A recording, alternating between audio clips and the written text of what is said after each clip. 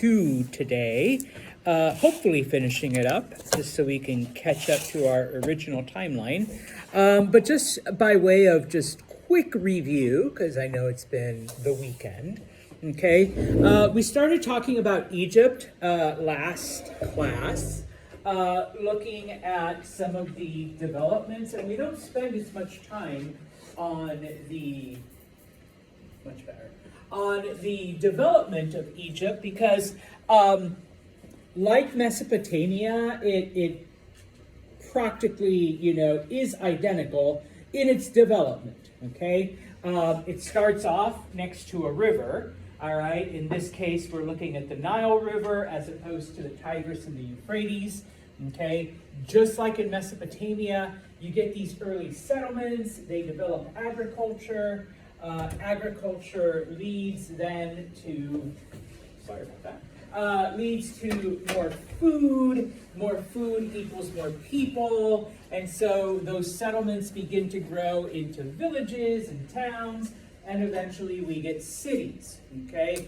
And once we get to this point, remember, and we're looking at over thousands of years, you begin to see the development of complex societies, because with an excess of food and a greater population, not everyone has to be a farmer, so now we begin to see the development of different specialties, and so this leads to, social classes and the development of religion, and of course, with so many people and so many resources, someone has to make the rules, someone has to enforce the rules. So we see the development of early governments, and I just kept going, et cetera, because we've already went through this, okay? Now, one of the big differences, of course, between Mesopotamia and Egypt is that Egypt unites a lot sooner than the countries of Mesopotamia.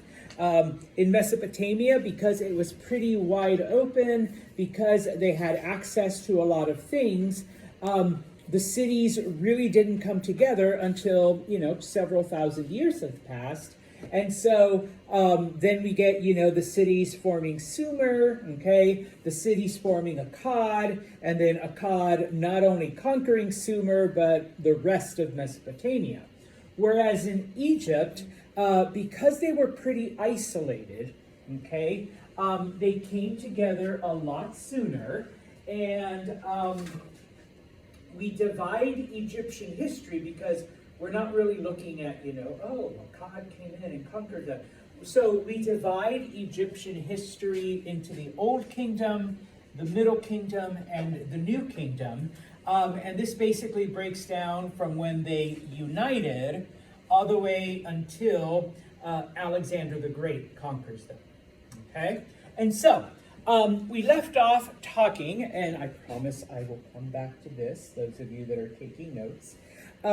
We ended up talking a little bit about Egyptian society. Remember, they're polytheistic, okay? I'm going to ask you this like literally a dozen times. What does polytheistic mean? Many gods. Many gods. They believed in a lot of gods. They had a very elaborate system, okay, of worship and religion. Unfortunately, we don't have time to get into all of the Egyptian stuff, okay? Part of that belief is that the kings, which were known as pharaohs, were not only chosen by the gods, but were actually part god, that they were descended from the gods. And so in this case specifically, they believed that the pharaohs came from the sun god, okay? Now, you don't need to know them, okay? But I only we've looked at the sun god, we've looked at Ra. Two other important gods, okay? Osiris, which was the god of vegetation. Obviously, these early societies depended on agriculture to survive. So, worshiping and having festivals and offerings and all this stuff to the god of vegetation made sense. And then, of course, there's Isis, who was the goddess of the earth, who was Mother Earth. Okay, and it's one of those interesting things. Once again, and I know I've kind of babbled on it every now and then. throughout cultures, throughout societies, throughout history, when humans have personified the earth, the planet, or whatever, it always seems to be female. Okay? Whether it's the earth goddess, whether it's, Mother Nature, okay? We don't call it Father Nature, all right? Things of that type of thing, we always look at the earth or whatever as our mother, okay? And the Egyptians did as well, okay? Now, because of their experience, all right, remember, religion starts off as a way to explain the various phenomena of nature. Okay, last week, the sun god was sad because he was hiding. It was nowhere to be seen. Starting Saturday, we've had this, okay? So, yeah, everyone look to your left. We've had nothing but sunshine, so the sun god is obviously happy, okay?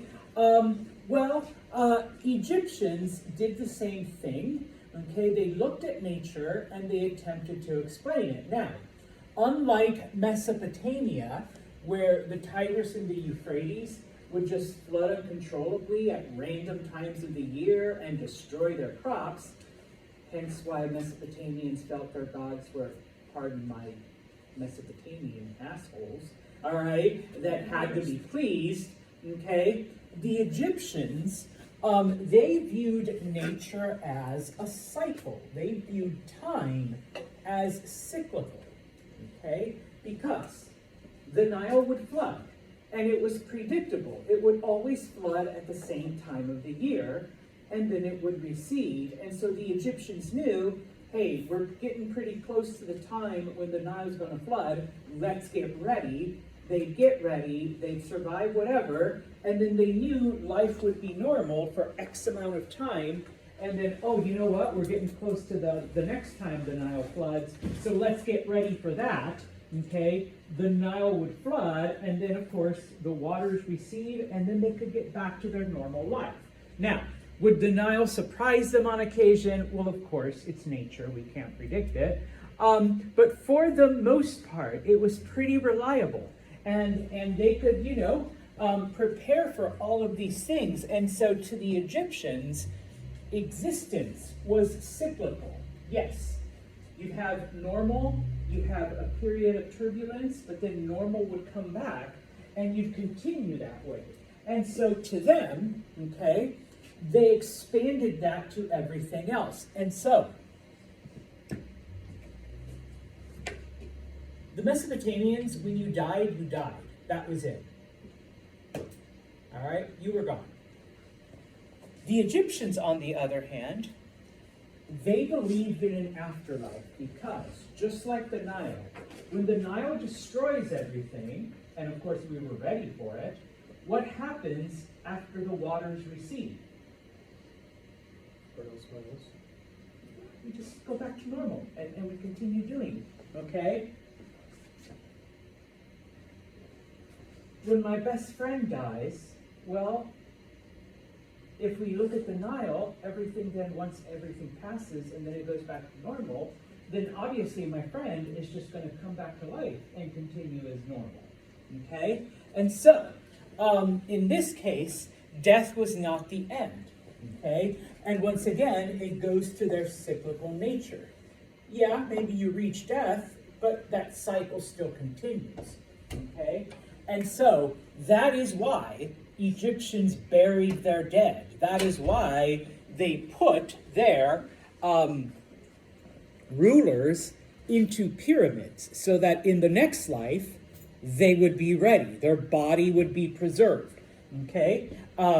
Through a process called mummification, they would mummify the body, and now when you wake up again, you're ready to go on to the next life. You've got your body. Oh, and obviously you can't go into the next life just whatever. You need all your shit, all right? So they would bury, their furniture, their clothing, you need money, their treasures with them. And here's where it gets kind of, okay? I've got servants. Yeah, how am I supposed to function in the next life without my servants? Servants were usually killed and mummified along with the pharaoh. You're like, well, hell no. Oh, and I got my favorite cat too. Yeah, and then they kill and mummify the cat because I need my pets in the next life. All right, so you go through the pyramids and you find all this stuff. Okay, and so yeah, the Egyptians believed that life continued after this one.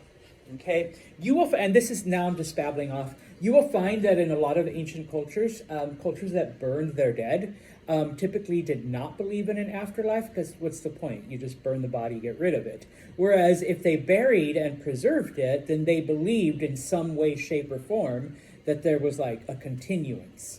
Okay, because obviously you're going to need your body in the next existence type of thing. Okay, so little things you can learn about ancient cultures by their burial rituals. Okay, now writing. Okay, it wasn't just the Mesopotamians who came up with writing. Okay, the Egyptians also came up with a writing system. All right. Now, I used to think that it was just hieroglyphics, and I'm sure most of you did as well, all right, because the reason why is because that's the type of ancient Egyptian writing that we see the most of, okay? Hieroglyphics was the formal form of writing. It was used for religion and for royalty. So, if the pyramids are tombs for the kings, what kind of writing are you going to see on the walls? Okay, you're going to see hieroglyphics, all right? But the Egyptians also had a form of writing known as hieratic. Hieratic was for the common things, for the average things, okay? So if it was just like, I sold, Josie 3 bushels of wheat, it would be written in hieratic, okay? So stories about the king or religious things, those would be written in hieroglyphics, okay? Demotic, on the other hand, was developed during the New Kingdom, and by then Egyptians were basically like, why do we have 2 different types of writing? One for like the special people and one for everything else? Just makes no sense. All right, so they kind of combined the two, and so after that, after the New Kingdom, or during the New Kingdom and in times after, we see then strictly demotic writing, okay, for just about everything. But, okay, now, just like the Mesopotamians, what's Mesopotamian writing called? You gotta know this one. Starts with a C. Cuneiform. If you want to say cuneiform, that's okay, but Santos prefers cuneiform. All right, that's just me. Yes, just like that, pictures and other symbols were used to not only represent ideas, but also to represent sound. So kind of depending on what you were trying to communicate, okay? And I think I did this before with cuneiform. No, they did not have smiley faces, okay? But like today with our emojis, if someone sends you a smiley face, what does the smiley face represent? Happy, okay? I'm still trying to figure out the poop emoji, like, are you a piece of shit? Am I a piece of shit? Are you the shit? I don't know. But, okay, there could be interpretations, and then of course some of the signs represented sounds, okay? So once again, depending on what you're trying to communicate. The difference, of course, whereas Mesopotamians wrote on tablets made out of clay, okay, Egyptians used ink. They were able to develop an early form of ink and very, very, very early paper known as papyrus, okay? And so they would roll it up, and so we have found different types of scrolls along with, treasure and gold and furniture and servants and cats within the various pyramids, because it was these scrolls then that contained, the stories of the pharaohs or whatever.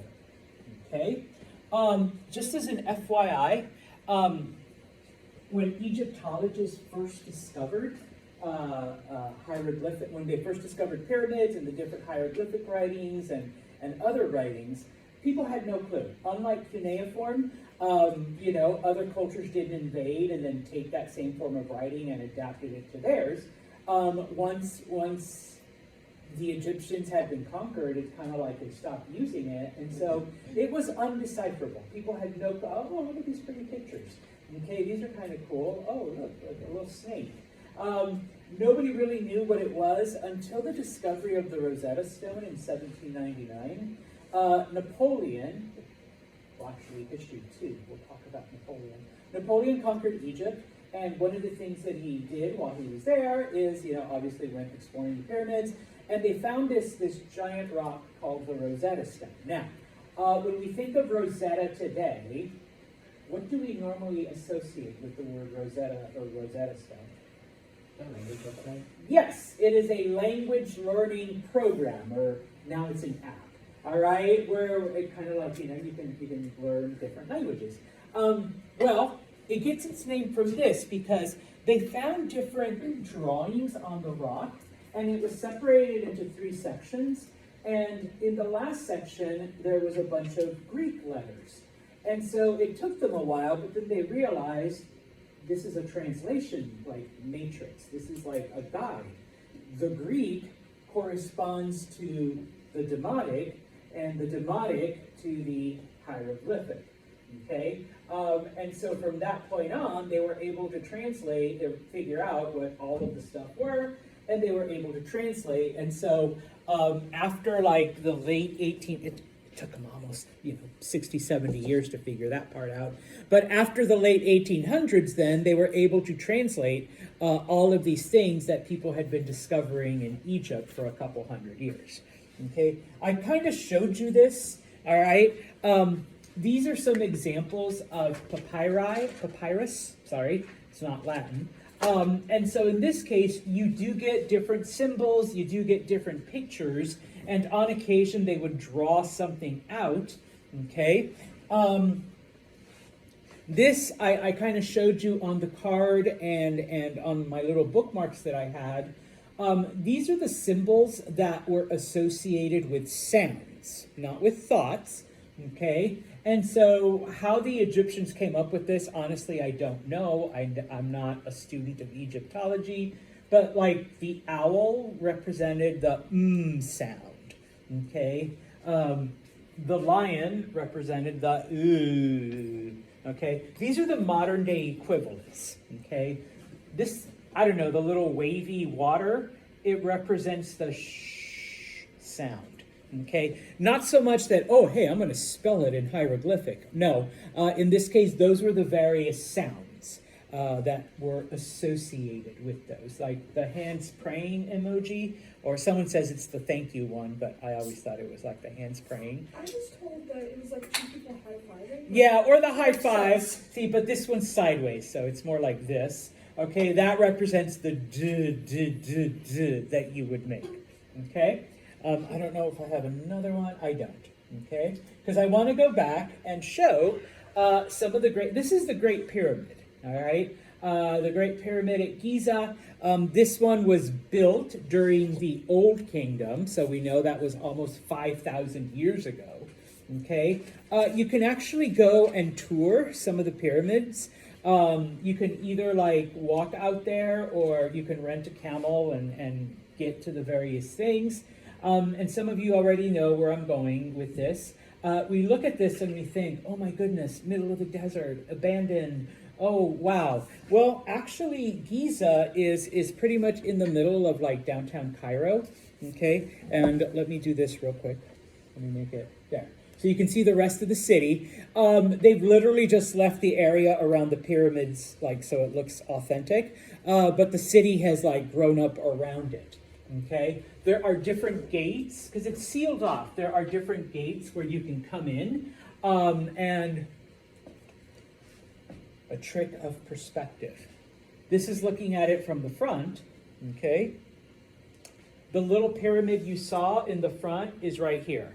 Okay, yeah, so it's like you get this weird forced perspective when it comes to the picture. I know, the magics of photography. Those of you that do photography, I'm sure you could do that, and you're just like, yeah, a little bit of Photoshop, a little bit of like wide angle lens, and boom, you got these things, okay?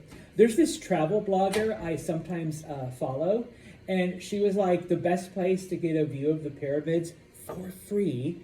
Apparently somewhere in this neighborhood, there's a Kentucky Fried Chicken.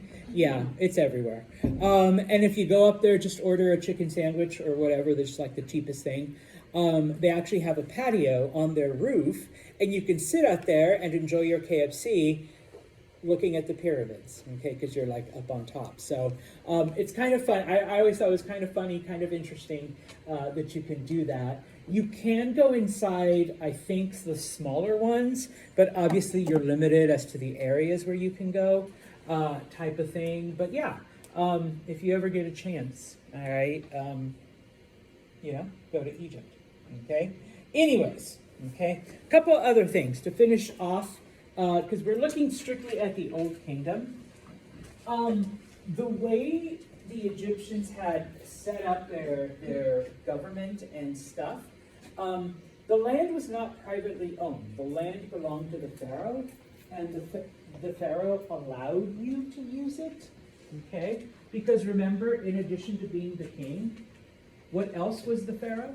An extension of their gods. Yeah, descendant of the gods, sun god specifically, okay? So obviously everything belonged to him, okay? And if you got to use it, then you were lucky, okay? Now, over time, people begin to kind of fall away from this belief, and they start ignoring the various royal decrees, and they begin to use the land for their own benefit, okay? Why should I give my money and my harvest to the government, to the pharaoh, even though I suppose by tradition the land is his and he's letting me use it? All right, so technically everything belongs to him, but F that, okay? And so people begin to use it for their own enrichment, and they sell the food, for their own profit, as opposed to giving it back to the government. And so while this is happening, and we see this is the collapse of the Old Kingdom, okay, Egypt enters a period of drought. So not only is the government missing out on all of this food and whatnot and money from its sale, but now we have a drought, so there's even less food. And so when people turn to the government for help, they have nothing because the land workers have not been giving them everything they're supposed to. So I should have brought a red marker. The Old Kingdom collapses, and we enter what is known as the intermediate period. This intermediate period lasts for about 100 years. And during those 100 years, Egypt is in a state of civil war. Okay, different sides fighting each other, different sides just trying to take control because the pharaoh has collapsed, the government has collapsed, and so everything is under the control of minor warlords. All right? Questions or comments? Because we are going to say goodbye to Egypt. All right? Yay, bye Egypt. We'll come back, don't worry. We'll come back for the Middle Kingdom. What chapter is that? Chapter 2. Okay? And we are going to look at India. Okay? Now, we specifically refer to this as Harappan India. Harappa is the name of one of the cities. Okay? And it's different from Indian culture that we'll see later on. Okay? Now, society in India develops just like Mesopotamia, just like Egypt, along a river. In this case, it develops along the Indus River. Guess how we named India? Yes, from the Indus River. Okay? Literally, India just means, it's a Greek word that means on the other side of the Indus River. Okay? Now, the Indus River, it kind of winds through the western part of India, and mostly, though, through what would today be modern-day Pakistan. Okay? By around 7,000, okay, like I said, very similar to Mesopotamia and Egypt, there were already villages, there were already these little tiny farming villages. Okay? It takes about 4,000 years, though, for all of this to happen where, population grows, those villages become towns, those towns become cities, the development of social classes, the development of farming versus pastoral, the development of, different trades, the separation, the government and religion. So it takes about 4,000 years for all of that to happen. Okay, but by around 3,000, we begin to see the development of the earliest cities in India. Okay, now, within about 200 years, so 2,800, we see these huge societies. When we say cosmopolitan, we mean that there's different types of people, different types of beliefs, different types of commerce. They're trading with other groups. Okay, now, the two major cities, or at least the two archaeological remains that we found, the big ones, one of them is called Mohenjo-Daro, and the other one is called Harappa, which is where we get the name for this period of Indian history, okay, Harappan India. Now, why do we choose the name after Harappa?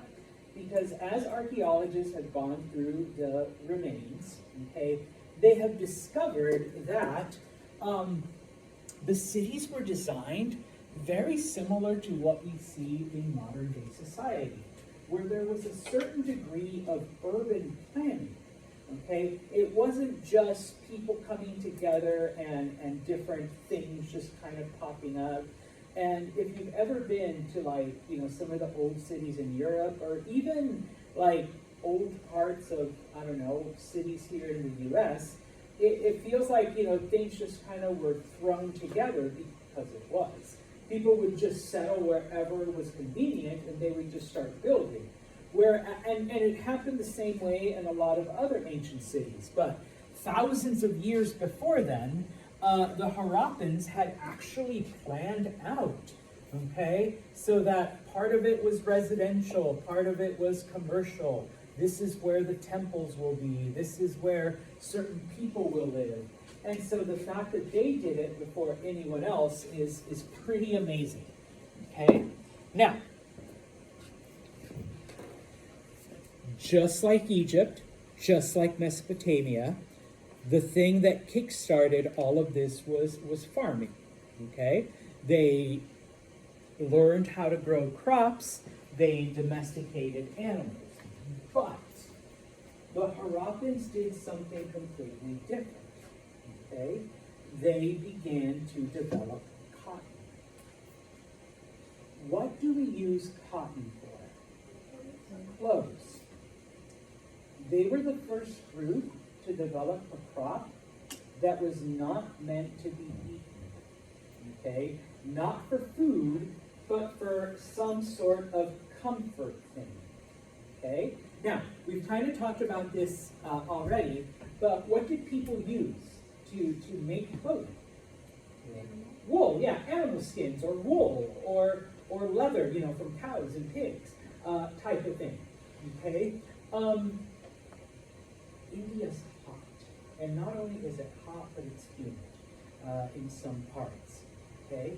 So, okay, yeah, maybe we can make wool garments, but, take out your wool clothes in July around here, maybe August. It doesn't feel very good, okay? And so the Indians developed cotton where they could make cloth, and while cotton isn't the best in humid weather, it is 10 times better than having to wear an animal skin or something made out of wool. Or, heaven forbid, if you've ever worn leather and sweated in it, I could show you that episode of Friends, but no. It's just like, no, it's not going to work. So this is actually quite, revolutionary that they develop a crop strictly to, I'm pretty sure I'm wearing all cotton today, strictly for this. Okay, except my socks. My socks are wool. All right, but all of this. Okay, we have found remains of pottery and tools. So once again, no different from the other societies. They did develop a system of writing because we have found remnants of that system Archaeologists have been able to classify 400 different symbols, but, and this could go to Mahalia's observation from last week, we don't know what it says, okay? Nobody left behind a Rosetta Stone to help us translate. Nobody conquered Harappa and adopted their form of writing the way it happened to the Mesopotamians, so that it was carried on into future generations. So we have this writing, but no translation matrix and no other culture adopted their form of writing. So we literally have no clue what it says, okay? Could be a recipe for food, could be the formula to, I don't know, making gold out of lead, probably not. All right, but we have no idea, all right? We have found evidence of trade with other cultures because we have found Mesopotamian artifacts. We have found artifacts from lands far away within the Harappan ruins. So we know that they probably communicated with other groups. The only thing that we are certain of is that by the year 1700, Harappa was completely abandoned, all right? We honestly have no clue how or why. We do know that in the 100 years after, there were various floods and the city was buried. But once it was found, maybe it's in one of these writings, but since we can't translate it, we don't know, all right, why the people abandoned Harappa. One of the things about studying history you're going to discover is that there's all these mysteries of groups disappearing or people disappearing or whole societies. And it's like nobody knows what happened. Nobody wrote it down, or if they did write it down, we can't translate it, and nobody's like, yeah, it was there and then it wasn't, type of thing. So that is the end of that society. All right. Questions, comments? These are some photographs of the Harappan ruins. These are actually in Pakistan, okay? So you can go and find, bless you. This is basically all that is left of that society. This map is in your textbook. It actually shows, here's the Indus River. Harappa was farther to the north than Mohenjo-Daro and some of the other cities that we have found. We only mentioned those two, but there were in fact a couple of other cities. And like I said, because of the presence of artifacts from other places, we can only assume that they had contact and trade with them. Yeah? Was there any known ruler?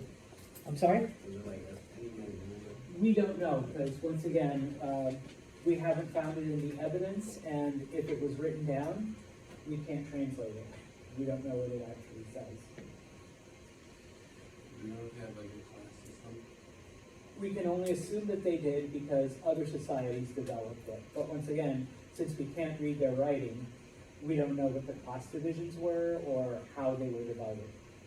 So, at some point, who knows? Maybe we'll find a translation matrix, but it's been 4,000 years, so probably not. All right. We'll finish off the chat. Oh, no, not, because we have a little bit of Europe. Looking at China, okay? Now, like Mesopotamia, China develops along two rivers. Unlike Mesopotamia, these rivers are not next to each other, okay? The Yangtze is in southern China, okay? And the yellow is in northern China. So they're separated by thousands of miles, okay? So we actually have two distinct societies developing in China, okay? The reason why we give you both of them is because they both developed like similarly in a certain way, but also differently because of the river, okay? The Yangtze is known as China's blessing. Okay, because it is a very calm river. It is very stable. It is very deep. Okay, rarely does it flood or overflow. And so in this case, people were able to harness it via irrigation Okay, so they dig little channels and funnel water to where they needed it. And like I said, very rarely did it overflow and flood and destroy everything. Okay, so the people were able to use it and develop different forms of agriculture and society and, advance rather quickly. In the north, though, the Yellow River is sometimes called China's sorrow because it is uncontrollable. All right, it floods, it destroys, it causes all kinds of damage. And I'm not just talking about 10,000 years ago, all right? Still today, it's very difficult to control. And the Chinese government has built like different dams and levees and all of this other stuff, and yet it still finds a way to destroy like farmland and the areas around it. So even with modern technology, the Yellow River is still very difficult to contain. All right. The societies that developed in northern China developed a little bit slower, but eventually, they do. Okay. Now, overall, okay, it takes China a lot longer to develop into a complex society than Egypt or Mesopotamia or even India. Okay, it kind of gets stuck at the settlement stage, maybe some villages, okay, for a long, long time, okay? I am going to ask you why it takes longer. Here are the reasons, okay? Number one, there weren't a lot of, and I'm not even sure if this is a real word, domesticatable animals, okay? Unlike Mesopotamia or Egypt, where, if you've ever dealt with sheep, all right, they're pretty easy, okay? Even goats. Goats can get ornery and pretty angry, and like you can play with their horns and try to hold their heads and stuff. But they are, they will follow you, they will listen, okay? Cattle, all that other stuff. That didn't exist in most of China, okay? They had other animals, but they were a lot more difficult to domesticate. Just as an FYI, the Chinese were the first to domesticate the chicken, okay? If you can call it that. If you've never been attacked by a rooster, then you know what I mean, okay? Okay, you domesticate. You really can't, I don't think, okay? And the best chicken is in a bucket from KFC. All right, so yeah. Hey, it's trauma as a rooster attack survivor. All right, I was 4 and I got attacked by a rooster. Roosters are muted, and especially if you're 4, that will be traumatic. Yes. Okay, so now there was also, similar to Egypt, land barriers, but Egypt, remember, and if I could draw, they had that little access into modern day Palestine where from there you can kind of spread out into other areas. China was a lot farther away from things. To the west and to the southwest, you had mountains, and not just any mountains, all right, but the Himalayas, okay? What's special about the Himalayas? Do any of you know?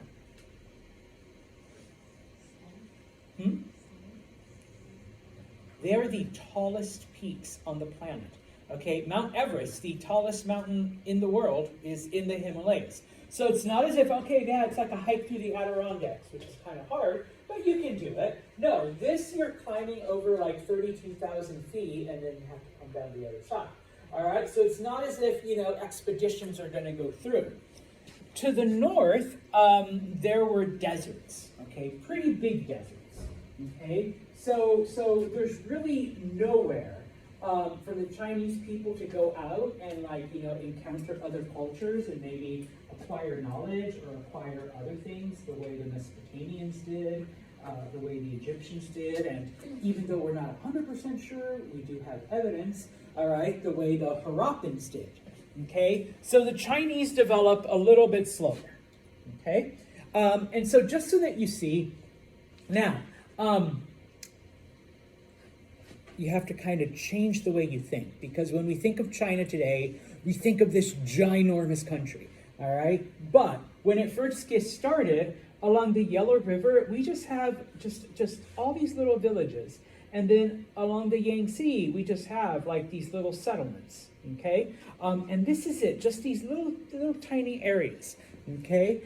China today goes like all the way the fuck out like that, and then way up there, and then, you know, kind of down through. But we're only talking about these little teeny tiny areas, okay? Now, some of the things that they do, okay, develop, all right? The society along the Yellow River develops a crop called millet. Millet is a type of grain, okay? What do we use grains for again? Animal feed and ourselves. Yeah, animal feed, and what do we make for ourselves though? Bread. Okay, so yeah, okay? We begin to see the development of the Yansha culture. This is one of the earliest cultures that we see. But once again, they're limited to these little small settlements, okay? Where you know, slash and burn agriculture, where you literally grow stuff and then like you cut it apart and you burn it down because the remains, the ashes of your crop will fertilize the land, but you move on to somewhere else. All right. Eventually, you might come back to that same area, but it'll be like a couple of years. Okay. So it was a harsh life because they lived along, you know, the river that would, you know, destroy everything. Because of, you know, the Yellow River, that was their life, and they couldn't develop beyond just these simple settlements. Okay. The Longshan culture, on the other hand, which develops along the Yangtze, along the good river, the stable river, okay, it spreads pretty quickly, okay. They develop, you know, they start to move, you know, into the slightly complex society with like pottery and other handmade goods, because remember, you know, when you have food, not everyone has to be a farmer. You're not just worried about survival. You can move along. You develop other skills. And so the Longshan culture, you know, moves into that area. But once again, because of the lack of domesticatable animals and the lack of contact with other groups, they kind of stagnate, okay, in this small, you know, at a certain point. Now, what we have found is their villages were surrounded by walls, all right? So obviously they probably had enemies, they probably had to fight for either survival or for resources. As they moved farther and farther away from the river, we see evidence of them digging wells for water, which is very similar to what you see in an area like this. Okay, where if you move far away enough from the city, people have wells, all right? And so the fact that they, you know, understood that, yeah, it rains and the water goes into the ground and there's a water table, and if you dig far enough, you know, you can have your own source of water. So yeah, okay, so we see that the Longshan culture in the south was a little bit more advanced than the cultures in the north, okay? Now, the first government, okay, because now we're moving along slowly. We're still not at cities, okay, but now we have enough people and we've spread enough, especially in the Longshan culture, where you do need someone to administer. You do need someone to at least make rules and make sure that they're followed. So the Liangshu is the successor to the Longshan. From them, we can find that there were jade objects. They worked with jade, okay, number one. Number two, they developed more advanced techniques in farming, so they did not have to move around as much. Once they were able to dig water, you know, from wells and develop irrigation practices, then, you know, they were able to farm in a more traditional way. As they spread out beyond the Yangtze River, okay, here now we begin to see, now they encountered those domesticatable animals, Okay, so pigs and sheep, all right, which are fairly easily domesticatable. Dogs, which, as we've explained before, what were dogs used for? Herding, so for work, they used them as work animals. Obviously, it comes in handy if you're herding sheep and pigs. What else? Protection, okay, and companionship, okay, so they figured that out. And then, of course, the farther south you go, bless you, the farther south you go, they eventually encountered water buffalo. And just trust me on this one, water buffalo are actually pretty docile, so those were pretty easy to domesticate. Despite them being docile, they don't like to pose for selfies.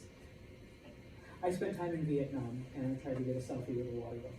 And he wouldn't let me. He kept walking away. He was camera shy. So the farmer had to like hold it there in place. So yeah, okay. Now, unfortunately, even though this culture starts to make progress, like I said, much slower than the other cultures, it starts to make a little bit of progress, and then suddenly they encounter a period of drought. Okay, so unless they were right next to the river, because when you're in a drought, there's no rain, that's how your wells get replenished. The wells dry up, and so the people then begin to die. All right, but at this point, we begin to see just the very beginnings of these, social classes and social distinctions and complex society. So right when they were about to make that breakthrough, Chinese society then kind of gets, pushed all the way back, thanks to this period of drought. Okay, so we'll come back and talk how they improved. All right, to finish off the day and to finish off the chapter. Okay, looking at some of the other areas, when we talk about the Aegean, we're talking about Greece. Okay, I promise I'll come back to this. I just need to show you the map real quick.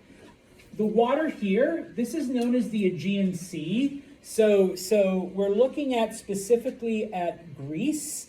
Okay, we do see, settlements to villages to towns. They don't develop into really big cities, mostly because of the geography. Okay. Greece, once again, it's pretty islandy. All right, so many of these places are separated by water. When you get onto dry land, a lot of Greece is very mountainous, and the soil is pretty tough. All right, so farming was limited. They couldn't grow all of the things that they grew in Mesopotamia or Egypt. Okay, so they did some farming, but they did find a lot of metals in these rocks and in these mountains and in these hills. And so we begin to see where, because remember, it was the Mesopotamians that came up with, 10 plus copper equals what? Bronze. And so the Greeks were able to mine tin and or copper, depending on where you are, and they were able to trade it with both the Mesopotamians and the Egyptians for food. Okay, so that's how they basically developed their thing. The only complex society that we get during this time is on the island of Crete. Okay, they had a pretty big city. Their capital city was the city of Knossos. Okay, not a whole lot to talk about when it comes to they're known as the Minoans. When we talk about the Minoans, we know that they traded with other groups. We know that they had like art and literature and stuff like that. Most people, when we talk about Crete during this time, the only thing they remember and or know is that in the city of Knossos, there was supposed to have been a labyrinth where the kings would put you to punish you, and in the middle of the labyrinth was the Minotaur. Does anyone know what a Minotaur is? Half man, half bull. Okay, not sure if the top was man, bottom bull, bottom man. No, we don't like reverse Minotaur. Okay, so yeah, and obviously the challenge was to escape not only the Minotaur, the half man, half bull, but to be able to survive, all of the challenges that were in there. Okay, don't think that was real, but that's typically what's associated with the island of Crete. All right, now Anatolia, all right, which is modern day Turkey. Okay. Yes, they developed into small cities, but once again, their land was harsh and mountainous for the most part. There was some fertile parts, but it was harsh and mountainous, and so for the most part, they engaged in mining. Okay, there was also forests, and so they also engaged in cutting down forests and trading wood, but mostly trading metals. And copper, with the surrounding areas, and so that's how they got their food from them. All right. Now, probably the biggest, most important city was the city of Troy. This, we believe, is the same Troy that is spoken about in the Trojan War, in the myth. We think the war was real. The part about the gods and, like Hera being jealous of Aphrodite and the golden apple, and you don't know what I'm talking about, read some Greek myths. We think all of that was fake, but that the actual war between Troy and different Greek cities probably was real, all right? So, most myths are based in some way, shape, or form on aspects of reality, okay? Because we have found different artifacts in Egypt and Mesopotamia, and then of course the different artifacts that we find in Troy and in Anatolia itself, we think that they probably did trade, that's how they got their things. They traded their metals, they traded gold for wheat, for barley, for all kinds of food from other parts. Okay, the last area. Okay, and when we say Europe, all right, we mean Central and Northern Europe. Okay. Yes, we had settlements, but they were teeny. So Europe for several thousands of years was kind of stuck in that. Number one, they never got away from the warlike nature of roving tribes. And so whenever a settlement did begin, typically it was wiped out by a competing tribe. Okay? But some of the other things, remember, most of Central and Northern Europe during this time is forest. Okay? If you want to farm, if you want to build a home, what do you have to do first in a forest? Get rid of the trees, yes.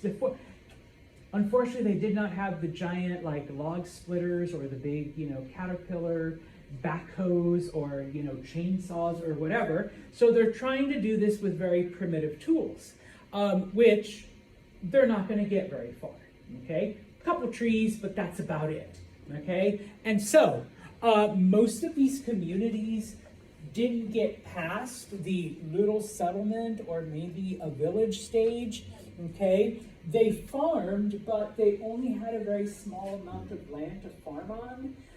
Also, the climate was a lot colder, so they were limited in the type of crops that they could grow, okay? And so, basically, they domesticated cattle. So their diet was very heavy in milk and meat. They would hunt to supplement that, okay? What there was a lot of in the area, though, was copper. And so because of the fact that they had things like bread and other stuff, we think that they traded that copper with other groups in exchange for wheat, okay? Once again, since they didn't leak down, too much writing evidence, we're only gonna assume that. We do know that after a couple of thousand years, they do start making their own bronze, and we think they got the recipe from the people in Turkey who got it from the Mesopotamians. So instead of trading away all of their copper, all of their tin, they probably were able to make their own form of bronze. All right. But in this case, developments in Europe remained very, very small. Questions, comments, ideas? Because if not, we'll stop right here and we will begin